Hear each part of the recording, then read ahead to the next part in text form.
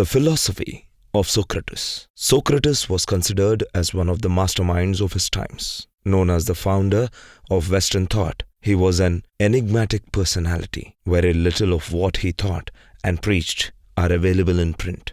All that is known are through his disciples, especially Plato. Here, we attempt to decipher some of the unraveled mysteries of this great philosopher. Socrates was not born in an affluent family. His father was a mason, and in his initial years, he took up work with his father. People of his standings in Athens of those times got a basic education in Greek, which he too got. His interests were elsewhere, but he continued to be good sculptor. In those days, Greek men were considered handsome only when their facial features and body contours matched, but he had none of these. He was not very clean in his habits. He was found chit-chatting with men and women in the streets in shabby clothes and without footwear. It is said that he wouldn't change his clothes for days on end. None of these bothered him. He felt real education was when questions were answered and answers were found.